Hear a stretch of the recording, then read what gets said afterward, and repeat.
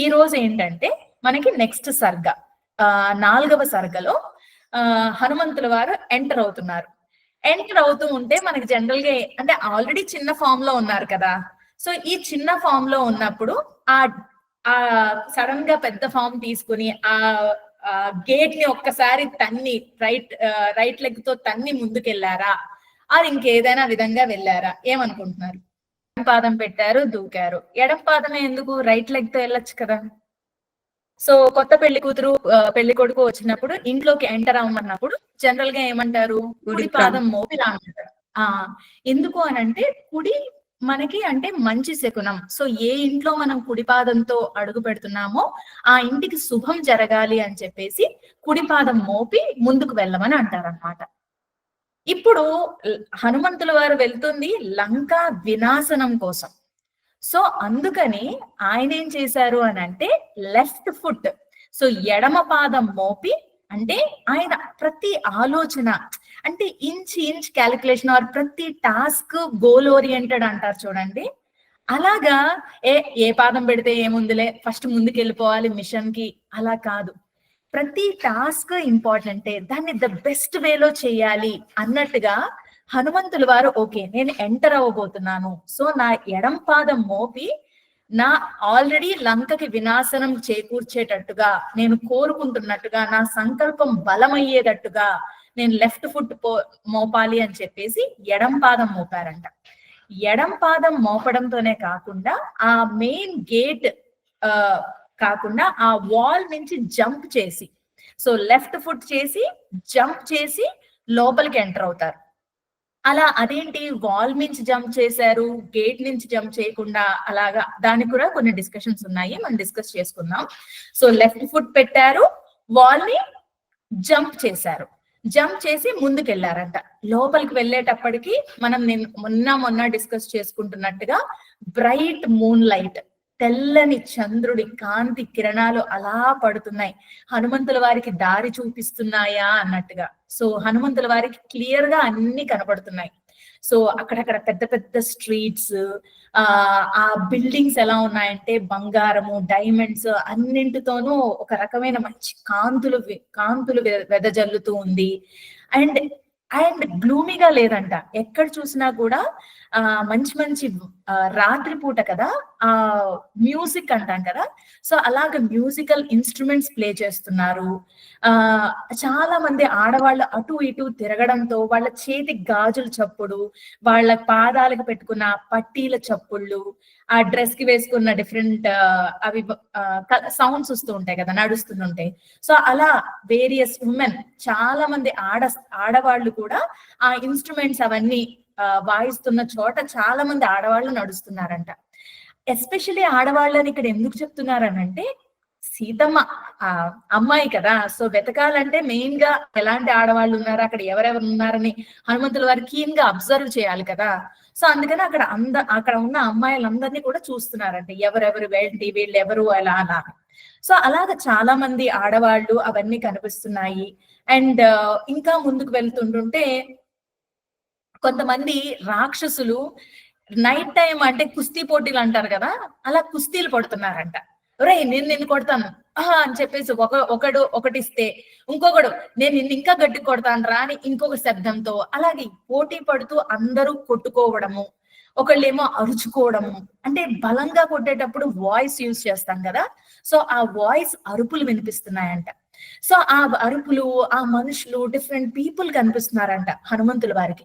ఆ హనుమంతుల వారు అందరి ఫేస్ లో నోటీస్ చేస్తుంటే కొంతమంది ఫేస్ చాలా ప్రశాంతంగా, మేబీ వీళ్ళు మంచి వాళ్ళేమో అన్నట్టుగా ఉన్నారంట. కొంతమంది చూడ్డానికే భయంకరంగా, లేకపోతే వాళ్ళ ఫేస్ లోనే ఆ వికెడ్ నేచర్, అంటే మేబీ హనుమంతుల వారు కూడా రాముడిలాగా సాముద్రిక శాస్త్రాన్ని పఠించిన వారు కదా, సో ఆ ఫేస్ రీడింగ్ ని బట్టి వాళ్ళ మనసులో ఎలా ఉంటుంది, వాళ్ళ బిహేవియర్ ఎలా ఉంటుంది అన్నది తెలిసిన వారై ఉండొచ్చు.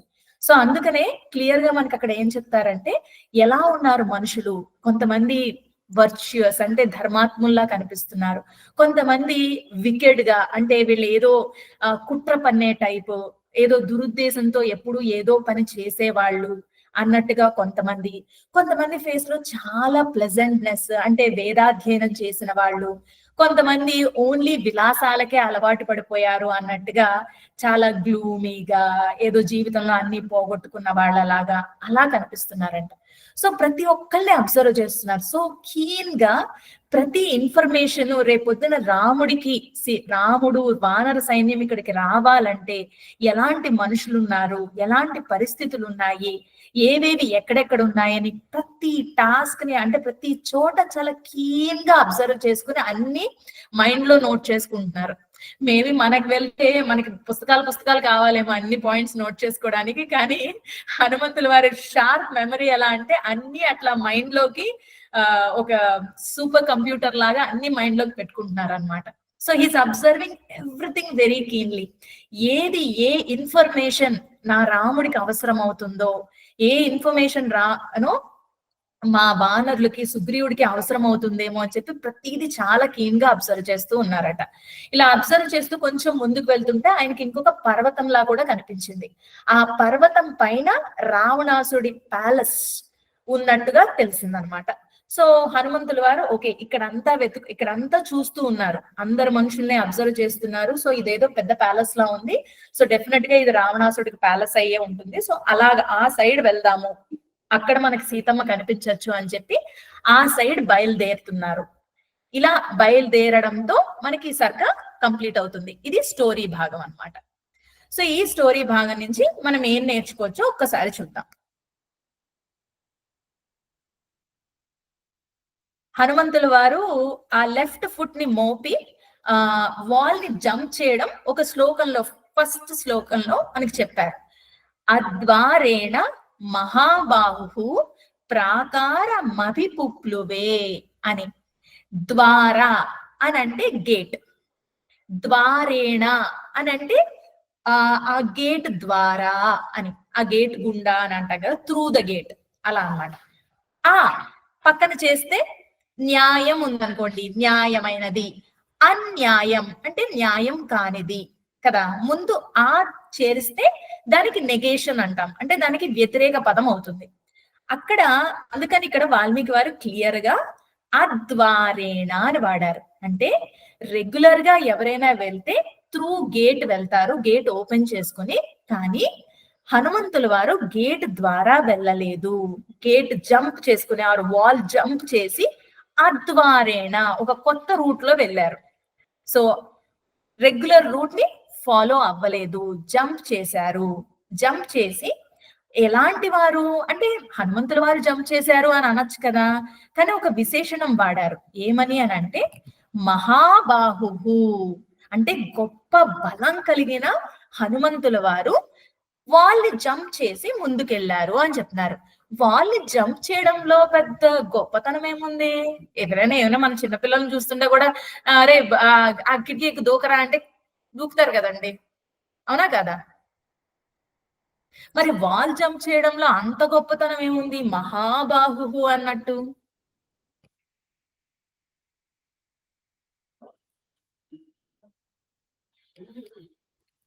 ఏదైనా గొప్పతనం ఉందా? ఎస్పెషలీ అద్వారేణ అని యూజ్ చేసి ఇమీడియట్ గా ఎవరు వెళ్ళారు అద్వారేణ? హనుమాత్ అనొచ్చు, మహాబాహు. అంటే బుద్ధి బలం కూడా అనుకోవచ్చు కదా, ఆయన బుద్ధి బలంతో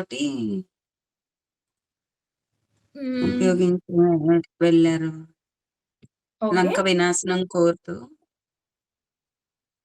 అంటే డిస్టర్బెన్స్ అంటే నేను వచ్చానని తెలియకుండా ఆయన పిల్లి యొక్క ఆకారం తీసుకొని గోడ దూకుతారు కదా,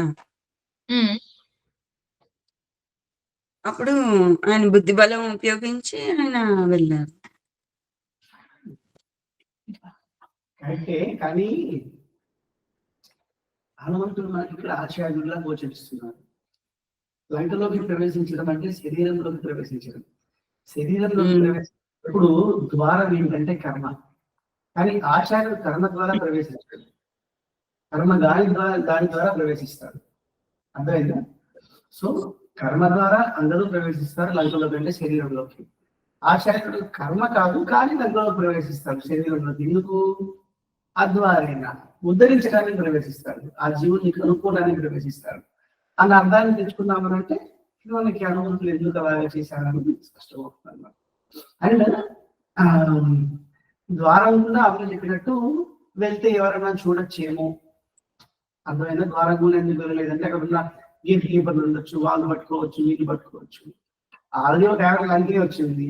గేట్ ద్వారా వెళ్ళాలంటే మాటికి అక్కడ ప్రోటోకాల్స్ అన్నీ ఉంటాయి, స్కానింగ్స్ ఉంటాయి కదా. మనం షాపింగ్ మాల్కి వెళ్ళిన వెంటనే ఆ స్కానర్ ఉంటుంది కదా, ఫోన్ అక్కడ పెట్టాలి, లోపల ఫుడ్ ఐటమ్స్ ఉన్నాయా, వాటర్ ఐటమ్స్ ఉందా, అన్ని ఐటమ్స్ పక్కన పెట్టాలి కదా. అలాంటి స్కానింగ్ ఏమైనా చేస్తారేమో ఎందుకు ఇవ్వాలంతా అని చెప్పేసి ఎగ్జిట్ గేట్ నుంచి వెళ్ళిపోతున్నారు అనమాట. ఎగ్జిట్ గేట్ గోడ చూపేసి వెళ్ళిపోతున్నారు. అదే మనం శ్రీనివాస్ గారితో వెళ్ళామంటే మనకి ఏం చెకింగ్స్ ఉండవు కదా. అలాగే హనుమంతుల వారు గోడ దూకి, అంటే గోడ దూకడం అద్వారము అని అంటే ఇక్కడ న్యాచురల్ పాత్ కాని పాత్ తీసుకున్నాడు అని. రెగ్యులర్ పాత్ మిగతా వాళ్ళందరికీ ఏది గేట్, ఈయనకేంటి గేట్ కానిది అంటే న్యాయం కానిది అన్యాయం, ద్వారం కానిది అద్వారం. అది గోడ ఎటు దూకాడా అటు దూకాడా అన్న నార్మల్ కోర్స్ తీసుకోకుండా ఎందుకంటే అది అవాయిడ్ చేసేదానికి అవ్వచ్చు, లేకపోతే దాన్ని ఏమంటారు వాళ్ళకి తొందరగా అయిపోతే స్కూల్ కోసం అవ్వచ్చు అంటారు. ఎందుకంటే గోడల దగ్గర ఎవరు కాపలాలు కాయారు కదా, గేట్ల దగ్గర కాపలాలు కాస్తారు కదా. సో ఇలాంటివన్నీ ఆలోచించిండొచ్చు ఆయన. కానీ దాంతో పాటు మనం ఆధ్యాత్మిక కోణాన్ని కూడా ఆవిష్కరించుకున్నాం అంటే, ఆధ్యాత్మికలో ఆచార్యుడికి ద్వారం కర్మ, మిగతా వాళ్ళకి కర్మ ద్వారం అయిపోతుంది, ఆచార్యుడికి కర్మ ద్వారం అవ్వదు. భగవత్ సంకల్పంతో వచ్చాడు ఆయన, భగవంతుడు సంకల్పిస్తే వచ్చాడు ఆచార్యుడు. కాబట్టి అది ద్వారంలోంచి ప్రవేశించడం ఉండదు. మనము ఆయన ఆంజనేయ స్వామి లంకలో ఉన్నాడు, రావణాసుడు లంకలో ఉన్నాడు. కానీ రావణాసుడు కర్మ చేత, లంకలో ఉన్న జనులు కర్మ చేస్తున్నారు. కానీ హనుమంతుడు రామార్గ చేత, అవునా కదా, రాముడి యొక్క పని కోసం వచ్చారనమాట. అది అంటే ఆచార్యుడికి ద్వారంతో పని లేదు. ఆచార్యుడు ద్వారం నుండి రాడు. ద్వారం అంటే కర్మ, కర్మ ద్వారా శరీరంలోకి రాడు. మనం ఎందుకు వచ్చాము ఈ శరీరంలోకి అని అంటే, మనం చేస్తున్న కర్మలు, పాపకర్మో పుణ్యకర్మో దాన్ని బట్టి మనం శరీరంలోకి ఎంటర్ అవుతాం, శరీరాన్ని వదిలేస్తాం. మళ్ళీ ఇంకో శరీరాన్ని ఎలా తీసుకుంటాము, కర్మను బేస్ చేసుకుని తీసుకుంటాం అన్నమాట. కానీ ఆచార్యుడికి ఏంటి, భగవంతుడు పంపిస్తే వస్తాడు, మనతో పాటు ఈ శరీరంలో అంటే సంసారంలో ఉంటాడు అనుకుంటే ఆయన కూడా శరీరాన్ని ధరిస్తాడు. కానీ ఆయన శరీరంలోనే ఉన్నాడు, మనము శరీరంలోనే ఉన్నాం కాబట్టి మన ఇద్దరం ఒకటే అంటే కాదు. మనది కర్మ జన్మ, ఆయనది భగవత్ సంకల్ప జన్మ. సో మన దానికి ఎంట్రీ ఉంది, ఏది కర్మ అన్న ఒక గేట్ ఉందన్నమాట. ఆయన దానికి గేట్ లేదు, అది భగవంతుడి సంకల్పం. అర్థమైందమ్మా? ఆచార్య జన్మ మామూలు మనిషి జన్మ ఒకటి కాదు. భగవంతుడు సంకల్పిస్తే కారణ జన్ములు అని అంటారు కదా, కారణ జన్ములు. కారణ జన్ములో ఎప్పుడు అంటాం మనం అంటే, ఒక కారణం చేత భగవంతుడు పంపిస్తే వచ్చాడు, ఆ కారణం అయ్యేంత వరకు ఉంటాడు. ఆ కారణం అయిపోయిన తర్వాత ఒక క్షణంగా ఉంటుంది, అలా ఉంటుంది అనమాట. కారణం అయ్యేంత వరకు కారణ జన్ములతో, దాన్ని ఆచార్య జన్మ అని అంటాం. అర్థమైందా? మా జన్మ కర్మని ఎంతవరకు ఉంటాం అలాగా.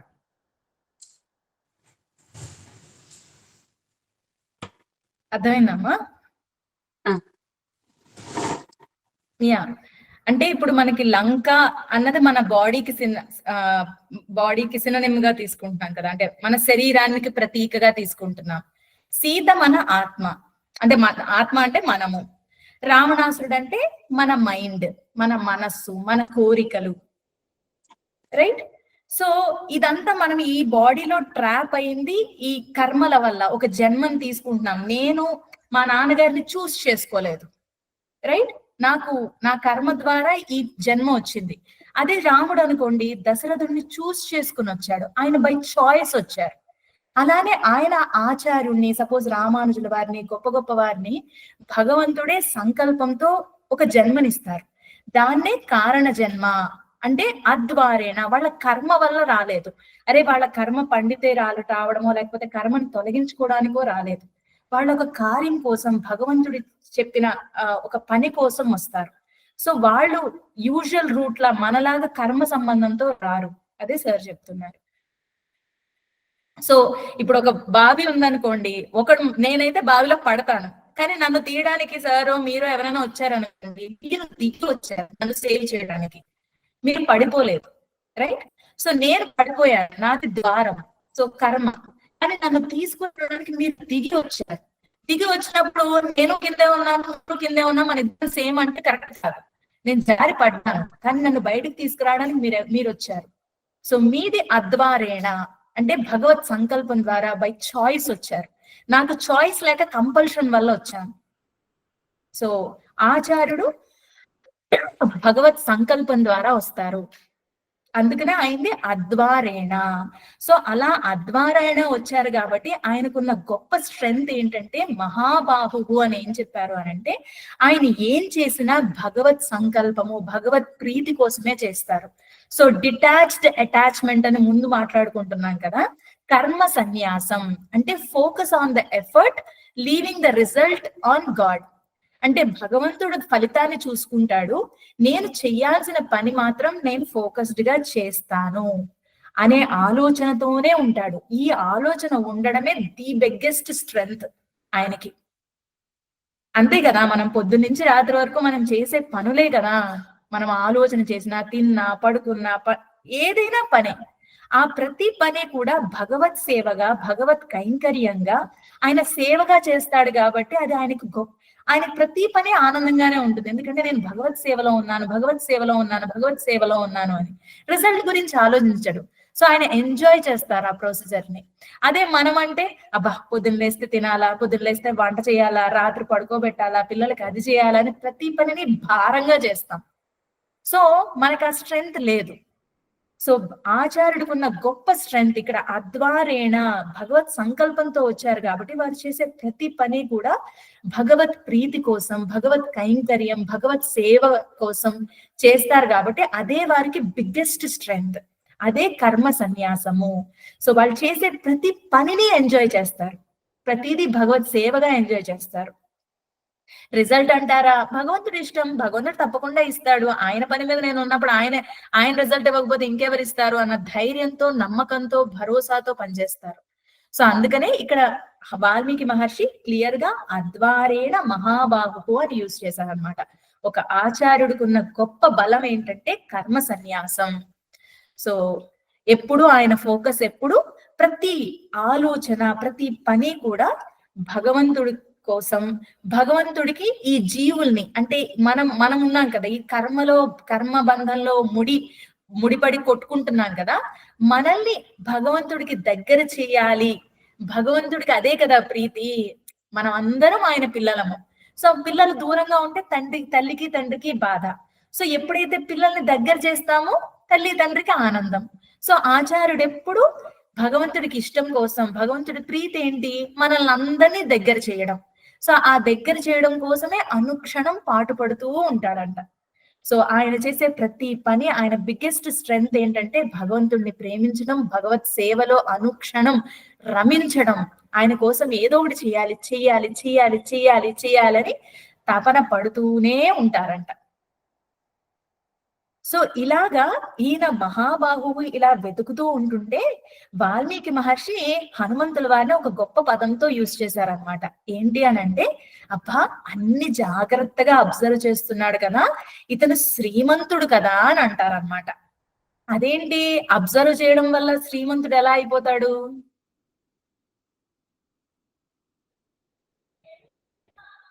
జస్ట్ మనం అన్ని చూస్తూ ఉంటాం. అంటే అక్కడ ఉన్న గోల్డ్, డైమండ్స్, అక్కడ ఉన్న రకరకాల బిల్డింగ్స్, మనుషులు, ఆభరణాలు అన్ని చూస్తే సంపన్నులు అయిపోతామా, శ్రీమంతులు అయిపోతామా? అంటే అలా కాదట. ఇక్కడ అన్ని చూస్తున్నా అంటే కొంతమంది తాగుతున్నారు, కొంతమంది కొట్టుకుంటున్నారు, కొంతమంది స్త్రీలతో రమిస్తున్నారు, కొన్ని జరుగుతున్నాయి, కొన్ని గోల్డ్ ఉంది, డైమండ్స్ ఉన్నాయి, బిల్డింగ్స్ ఉన్నాయి. ఎన్ని ఉన్నా ఆయన ఫోకస్ మాత్రం రామ కార్యం మీదే ఉందంట. రామ కార్యము, సుగ్రీవుడి కార్యము ఇదే. సీతమ్మ ఎక్కడుంది, సీతమ్మ ఎక్కడుంది, సీతమ్మ ఎక్కడుంది, సీతమ్మ ఎక్కడుంది, ఏది అబ్జర్వ్ చేసినా ఓకే ఇది ఏమైనా ఇన్ఫర్మేషన్ నా రామకార్యంలో ఉపయోగపడుతుందా అని ఆయన ఆలోచన ప్రతి క్షణము కూడా రామకార్యం మీదే. రాముడికి ఇన్ఫర్మేషన్ ఎక్కడ ఉపయోగపడుతుంది, సీతమ్మని ఎంత తొందరగా నేను వెతకాలి, ఎంత తొందరగా రాముడికి ఆ బాధని దూరం చేయాలి, ఇలా ఆ కోరిక ఉండి అనుక్షణం ప్రతి ఇంచ్ ఆయనలోని ప్రతి థాట్ కూడా ఆ రాముడి మీద, రామ కార్యం మీద, ఆ గోల్ మీదే ఉంది కాబట్టి ఆయన నిజంగా శ్రీమంతుడు కదా. అయ్యో ఇంత 100 యోజనాలు కష్టపడి ఫ్లై చేసి వచ్చారు, ఎక్కడ వాళ్ళు పానీయాలు, అక్కడ అందరు కూడా చాలా మంది స్త్రీలు ఉన్నారు, చాలా తింటున్నారు, తాగుతున్నారు, వాటిని చూసి ఎక్కడా కూడా మనసు అబ్బా నేను కాసేపు రెస్ట్ తీసుకోవాలి, లేకపోతే అది తాగాలి, ఇది తినాలి, వాళ్ళు ఎంజాయ్ చేస్తున్నారు, నేనేంటో ఈ పని మీద పట్టుకుని తిరుగుతున్నాను అన్న చిన్న థాట్ కూడా లేకుండా సెల్ఫ్లెస్ గా, నిస్వార్థంగా, అరే రామ సేవ కోసం నేను అనుక్షణం పాటుపడాలని చెప్పేసి ఆయన ప్రతి థాట్, ఎలా అయితే మొన్న ఒకసారి శ్రీరామ్ గారు చెప్పారు కదా, హనుమంతుల వారిలో ప్రతి బ్లడ్ డ్రాప్ కూడా రాముడి సేవకే అంకితం అవుతుందని, అలా ఆయన ప్రతి థాట్ కూడా ఇక్కడ అలా రామ సేవకి ఈ ఇన్ఫర్మేషన్ ఉపయోగపడుతుందా, ఈ ఇన్ఫర్మేషన్ ఉపయోగపడుతుందా అని చెప్పి వెతుకుతూనే ఉన్నారంట. సో అందుకనే హనుమంతుల వారు వెతుకుతున్న, శ్రమిస్తున్న ప్రతి క్షణం కూడా చాలా చోట్ల, అంటే ఫస్ట్ చాప్టర్ లో 147, 152 శ్లోకాసు, ఇంకా కొన్ని చాప్టర్స్ లో కొన్ని శ్లోకాస్ లో కూడా ఎస్పెషల్లీ హనుమంతుల వారిని శ్రీమాన్ శ్రీమాన్ శ్రీమాన్ అని మాటికి వాల్మీకి మహర్షి వాడతారనమాట. ఎందుకంటే నిజమైన శ్రీమంతుడు కదా. సంపద అంటే ధనం కాదు, బంగారాలు కాదు, బిల్డింగ్లు కాదు, కార్లు కాదు, అది కేవలం ధనం మాత్రమే, రిచ్ అంటాం. కానీ వెల్త్ అనేది ఒకటి ఉంది, నిజమైన సంపద అనేది ఉంటుంది. ఆ సంపద కలిగిన వాడు కదా హనుమంతుడు. నిరంతరం ఆ రామ కార్యం మీద ఆయన అణువణువు ప్రవర్తిస్తోంది కదా, నిజంగా ఆయన లక్ష్మీవాన్ శ్రీమంతుడు కదా అని వాల్మీకి మహర్షి ఆశ్చర్యపోయి ఈ పదాన్ని పదే వాడతారనమాట. ఈ పదం మనకి లక్ష్మీవాన్ లక్ష్మీవాన్ లక్ష్మణ అని చెప్పి లక్ష్మణుల వారికి ఉంది. ఆయన నిజమైన సంపద కలిగిన వారు అని. ఆయనకున్న నిజమైన సంపద ఏంటి? లక్ష్మణుల వారికి రామ సేవ.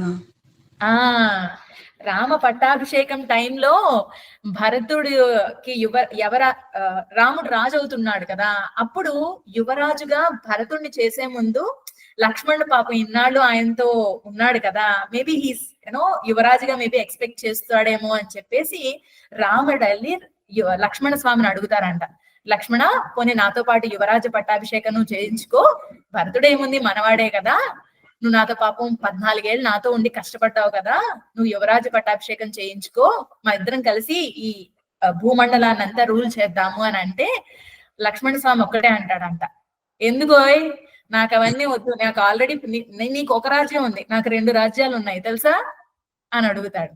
అదేంటి నాకు తెలియకుండా నువ్వెప్పుడు రాజ్యాలు సంపాదించావు అని అంటే, నాకు 2 రాజ్యాలు ఉన్నాయి, అదేంటో తెలుసా, నీ 2 పాదుకలు, నీ పాద సేవ, నీ సేవకి, నీ సేవా సామ్రాజ్యానికి నేను ఎప్పుడో పట్టాభిషేక్తుడిని అయిపోయాను. సో నాకు వేరే పట్టాభిషేకం అవసరం లేదు. నీ రాజ్యం అనుకో, వీడొస్తాడా వాడొస్తాడా ఎవడెప్పుడు ఆక్రమించుకుంటాడో అని చెప్పేసి కొట్టుకుంటూ ఉండాలి, మైండ్ బ్లాక్ అవుతూ ఉంటుంది, స్ట్రాటజీలు వేసుకోవాలి.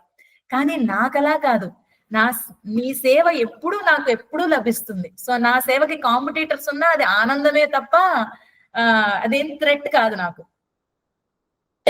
సో నీ సేవా సామ్రాజ్యానికి నేను ఆల్రెడీ రాజునే, సో నాకేం అక్కర్లేదు అని అంటారనమాట. సో అలాంటి రామ సేవ నిరంతరం కోరుకుని తప్పించే వ్యక్తి లక్ష్మణ స్వామి. సో లక్ష్మీవాన్ లక్ష్మణ, నిజమైన సంపద కలిగిన వాడు, రాముడి సేవని ఓన్ చేసుకున్నవాడు లక్ష్మణ స్వామి. సో అలాంటి లక్ష్మణ స్వామి లాగా ఇక్కడ హనుమంతుల వారిని కూడా ఆ సేవా తత్పరత హనుమంతుల వారిలో ఎలా ఉందో శ్రీమాన్ అన్న పదాన్ని యూజ్ చేసి మనకి వాల్మీకి మహర్షి ప్రతి చోట చెప్తున్నారనమాట. అండ్ ఇక్కడ హనుమంతుల వారు అలా వెతుకుతున్నప్పుడు కూడా ఆయన ఎలా ఉన్నారో కూడా కొన్ని వర్డ్స్ లో ఎక్స్ప్లెయిన్ చేశారు. దదర్శచ ననందచ అంటే, దదర్శచ చూస్తున్నారంట, ననందచ అంటే ఆనందపడుతున్నారంట. అదేంటి, యాక్చువల్లీ చూస్తూ ఉంటే సీతమ్మ కనిపించలేదు కాబట్టి ఆనందం అంటే బాధపడాలి కదా, ఆనందపడుతున్నారు ఎందుకు అని అంటే ఆ కార్యం మీద పనిచేస్తూ ఉంటే ఆనందం. అంటే గోల్ కాదు ఆనందం, ఎఫర్ట్స్ పెడుతుంటేనే ఆనందం అన్నమాట. ఇప్పుడు చూడండి, మనకి ఏదైనా రాముడికి పట్టాభిషేకం చేయాలనో లేకపోతే రాముడి కళ్యాణం చేయాలనో మనం ఒక ప్రోగ్రామ్ ప్లాన్ చేస్తాం. అయిపోవడం కాదు ఇంపార్టెంట్, అది చేస్తున్నప్పుడు అబ్బా రాముడికి ముత్యాలు పెట్టాలి, రాముడికి ఇవి చేయాలి, రాముడికి తమలపాకులతో అర్చన చేయాలి, రాముడికి ఇది చేయాలి, అది చేయాలి, అది చేయాలి, అది చేయాలని ఒక ఎంతూజియాజంతో మాట్లాడుతుంటాం చూడండి. ఇవన్నీ తెప్పించుకోవాలి, మీరు ఇది చేయండి, అది చేయండి, అది చేయండి, ఇది చేయండి అని చెప్పేసి హడావిడి చేస్తూ ఉంటాం చూడండి. ఆ హడావిడిలో వాటి గురించి ప్లాన్స్ వేయడంలో, స్ట్రాటజీస్ వేయడంలో ఇంకెంత గ్రాండ్ గా రాముడి కళ్యాణం చేయొచ్చు, ఇంకెంత గ్రాండ్ గా రాముడికి అభిషేకం చేయొచ్చు, ఇంకెంత గ్రాండ్ గా ఇది చేయొచ్చు అనే ఆలోచన ఉంటుంది చూడండి. అది ఆనందం. అది హనుమంతుల వారిలో కనిపిస్తోందంట వాల్మీకి మహర్షికి. అబ్బా ఏం అదృష్టవంతుడు హనుమంతుల వారు, ఆయన ఫేస్ లో ఆనందం. అరే నేను రామకార్యంలో పనిచేస్తున్నాను, ఇంకా ఎంత బాగా చేయాలి, ఇంకా ఎంత బాగా చేయాలి, ఇంకా ఎలా చేయాలి, ఇంకా ఎలా చేయాలి అని చెప్పేసి. సో చూస్తూ చూస్తూ కూడా ఆనందంతో ఉన్నాడంట. సో ఆనందంతో అండ్ కపిరాజ హితంకరః, ఎవరికి సుగ్రీవుడికి మంచి చేయాలన్న ఆశ, రాఘవార్థం అంటే రాఘవుడికి రాముడికి మంచి చేయాలి, ఇదే రెండే గోల్స్ ఆయనకి, ఇంకేమి లేవంట. సో ఆ రెండు గోల్స్ సెల్ఫ్లెస్ గా నిస్వార్థంగా రాముడి సేవ, సుగ్రీవుడికి మంచి, ఇలా జరగాలి, ఇంత బాగా జరగాలి, నేను ఈ ఇన్ఫర్మేషన్ తీసుకెళ్ళాలి, ఈ ఆనందంలో ఉన్నాడంట ఆయన. అలా ఆనందంతో ఉంటూ ఆయన ఎలా అబ్జర్వ్ చేస్తున్నారు అని అంటే దదర్శ సుశ్రావ అని 2 వర్డ్స్ చెప్పారు. దదర్శ అంటే కీన్ గా అబ్జర్వ్ చేస్తున్నారంట, సుశ్రావ అంటే వింటున్నారంట. సో అబ్జర్వేషన్ అంటే ఓన్లీ అక్కడికి వెళ్ళి, అంటే ఏదైనా పని చెప్తే మనకి ఇంట్లో వాళ్ళు వెళ్ళి చూసి రారా అంటే వెళ్ళి చూసి వచ్చేసి చూస్తానమ్మా అక్కడ ఇది ఉంది, ఇది ఉంది, ఇది ఉంది కాదు. అక్కడ ఒక పర్పస్ మీద వెళ్తే అక్కడ థింగ్స్ ఎలా ఉన్నాయో కాదు, సిచ్యువేషన్ ఎలాగో ఉందో కాదు, అక్కడ పీపుల్ ఏమంటున్నారు, ఎవరు ఎలా మాట్లాడుతున్నారు, ఏం జరుగుతుంది అన్ని అర్థం చేసుకుని రమ్మని. సో చూడటమే కాదు వినడం కూడా చాలా ఇంపార్టెంట్. సో అక్కడ సిచ్యువేషన్ లో ఆయన ఎంటర్ అవుతున్న లంకలో చాలా సౌండ్స్ వినిపిస్తున్నాయి, ఎవరు ఎలా మాట్లాడుతున్నారు, వాళ్ళ వీక్నెస్ ఏంటి, వాళ్ళ స్ట్రెంగ్త్ ఏంటి, ఎక్కడ ఏ జరుగుతోంది. సో సుశ్రావ వినడం ఇంపార్టెంట్, దదర్శ చూడడం ఇంపార్టెంట్.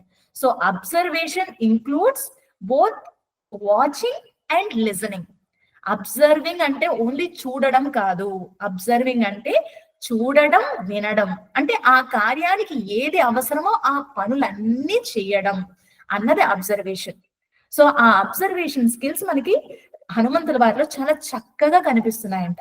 ప్రతి ఇన్ఫర్మేషన్ కూడా ఆయన స్వాట్ అనాలిసిస్ అంటాం అనమాట. అంటే లంక యొక్క బలం ఏంటి, బలహీనత ఏంటి, మనం అటాక్ చేస్తే మనకి ఎటువంటి అవకాశాలు ఉన్నాయి, మన ఫెయిల్ అయ్యే ఛాన్సెస్ ఏంటి, స్ట్రెంగ్త్, వీక్నెస్, ఆపర్చునిటీస్, థ్రెట్స్ అంటాం. సో ఆయన ఆలోచించే ప్రతి ఆలోచన కూడా ఆయన గోల్ ఓరియంటెడ్ గా ఏది మనకి బలాన్ని చేకూర్చేది, లేకపోతే రావణాసుడి బలం ఏంటి, బలహీనత ఏంటి, వాడికున్న అవకాశాలు ఏంటి, మనకున్న భయాలు ఏంటి, లేకపోతే వాడికున్న థ్రెట్స్ ఏంటి, అలా అన్ని విధాలుగా స్వాట్ అనాలిసిస్ చేస్తున్నారంట.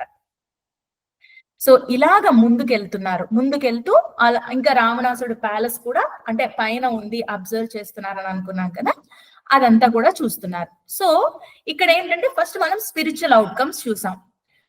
ఇది మనకి ఒక జనరల్ గోల్ కి ఎలా అప్లై చేసుకోవాలో కూడా ఒక్కసారి చూసే ప్రయత్నం చేద్దాం. సో స్టార్టింగ్ లో అద్వారేణ, మహాబాహు ఇవన్నీ మాట్లాడుకున్నాం కదా. అదేంటి, స్పిరిచువల్ గా చూస్తే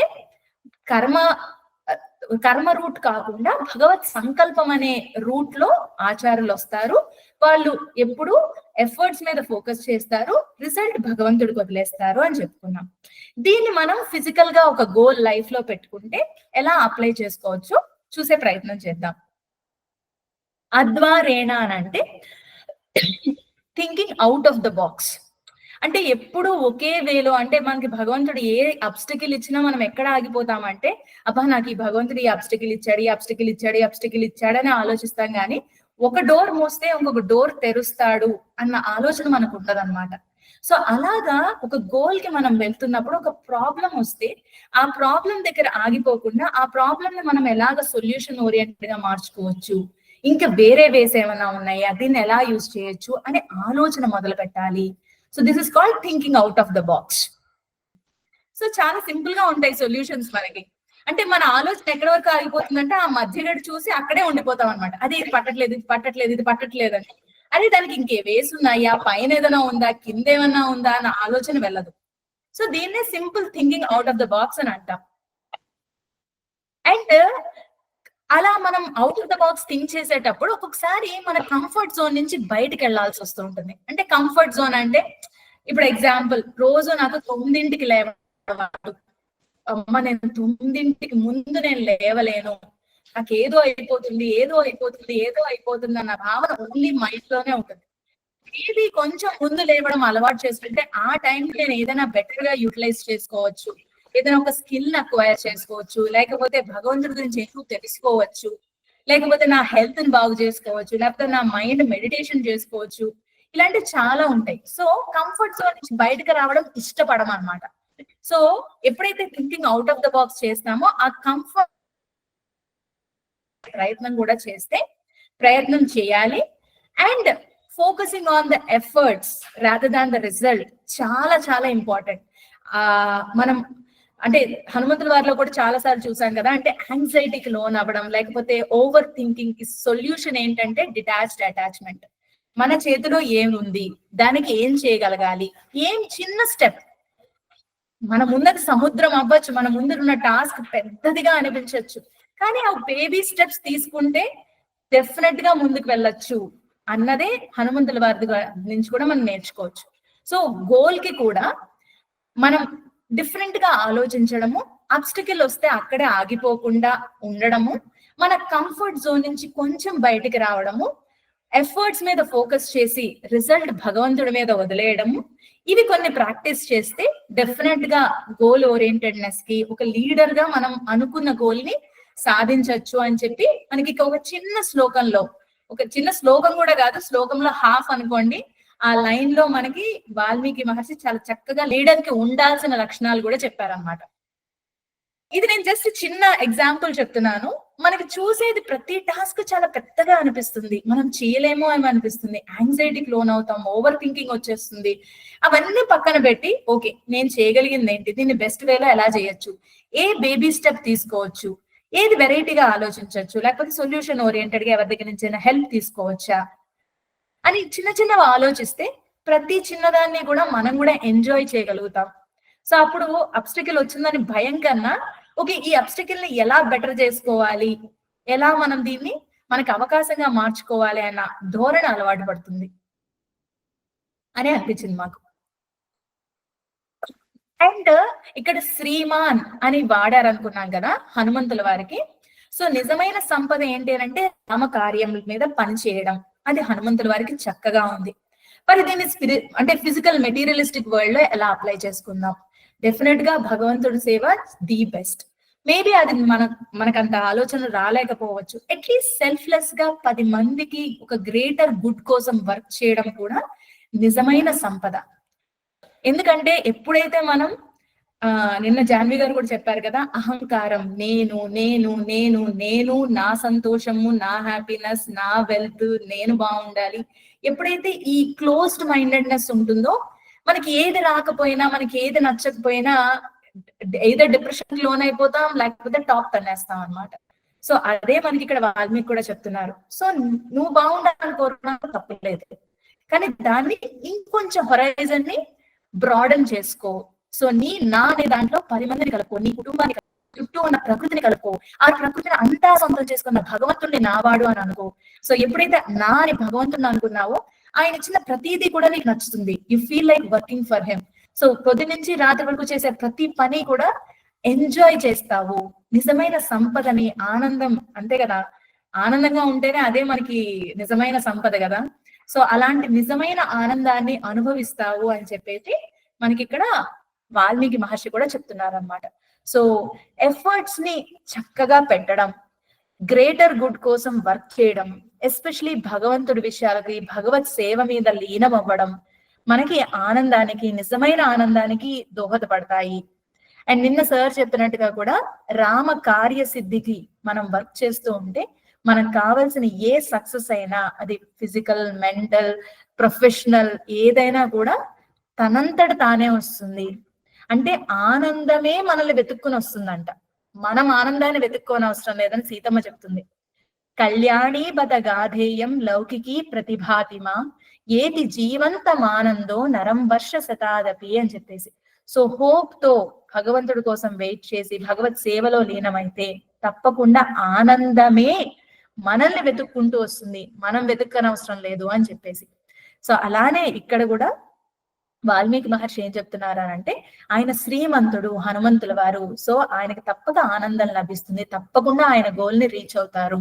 సో సీతమ్మని తప్పకుండా కనుక్కుంటారు అని చెప్పేసి అలానే కనుక్కున్నారు.